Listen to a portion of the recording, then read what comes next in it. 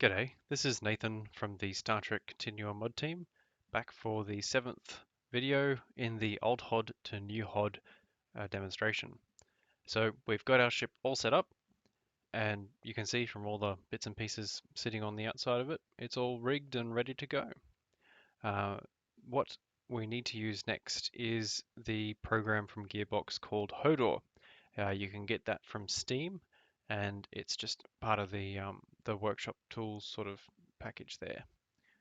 Now we use a DAE format with HODOR, so you'll need to go up to your export here, and DAE should be native with 3ds Max. We'll pick our export directory and save. Now, I'm just been using the default options, but there might be something in here that will disrupt things for other people. So what I've got is the second two of the geometry tick boxes selected. I've got the animation box ticked. I have the cameras box ticked and the lights box ticked. I have the unit set to automatic.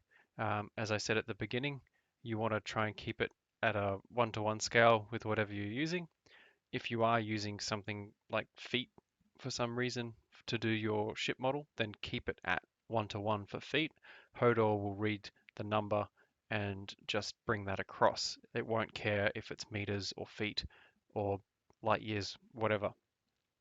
It will just bring it across 1-for-1. So if you have a 300-meter long ship and it's been modeled for 300 feet long, then it'll still be 300 of the game units, and everyone just sort of takes that for meters, so it would be correct. Now, make sure you have your up axis set correctly. I have that to the Z up. So I've got down here in the little corner, you can see it's got the blue, green, and red for the Z, Y, and X axis, and Z's pointing up. And the only other thing I have is triangulate selected. So just hit OK on that. It'll and ah for a moment, and then we will have our DAE file. Next thing you need to do is set up your HODOR script. Now I'll put a copy of this with my, bring that across.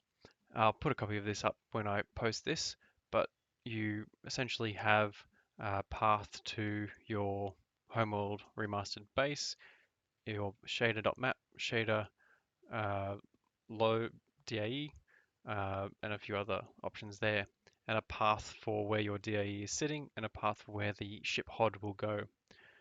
So I've got that so that it won't wait for it to finish as well. So that's already all set up.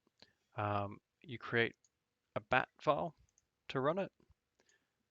The script that I've used for it is just d game files blah blah blah to hodor.exe, and then I've used a little bit of some random code that I found on the internet to fill in the path and kng tng flagship.hodor. I'll pop that up for you guys as well.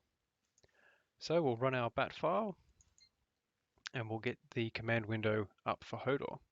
It'll go through, and if there's no issues, it'll create your HOD. Now let's give that a test in the game. So I'll move it across to our ship folder in Homeworld Remastered, replace that old one, and let's give it a try. Hey Cortana, open Continuum Remastered. Sure. Starting Continuum Remastered. I always wanted to try that. Alright, so we've got our mod going here. We've got Klingons. Oh, we'll have Romulans as our enemies.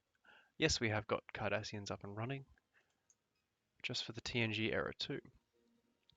As it's the Klingons, I might use their badge first, and then I'll just quickly go and show with my own. So flagship, and let's have a quick look.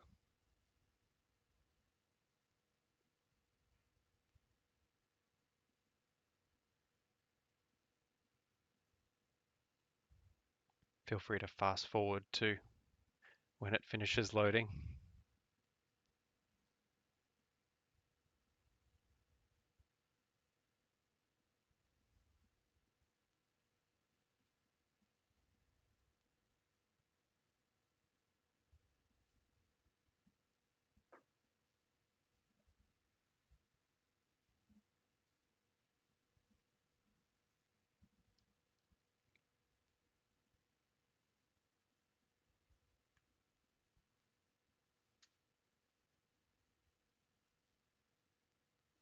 Here we go.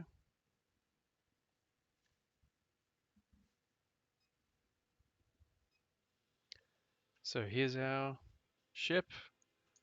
Didn't get any crashes, and it looks pretty damn good.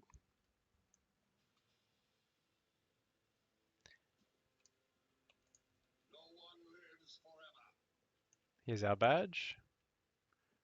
Looks a little bit different than the original, mostly because I've removed that panel there. And underneath as well.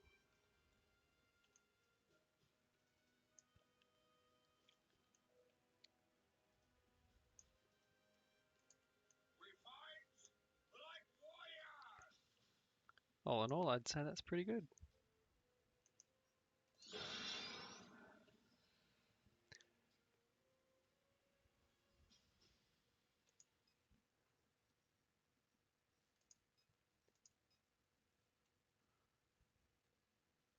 Let's give it a quick test with another badge. Got my own badge here.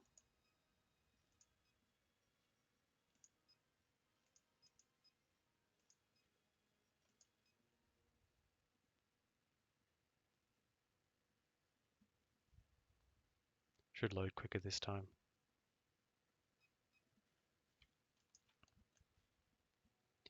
And there we have it. Completely done.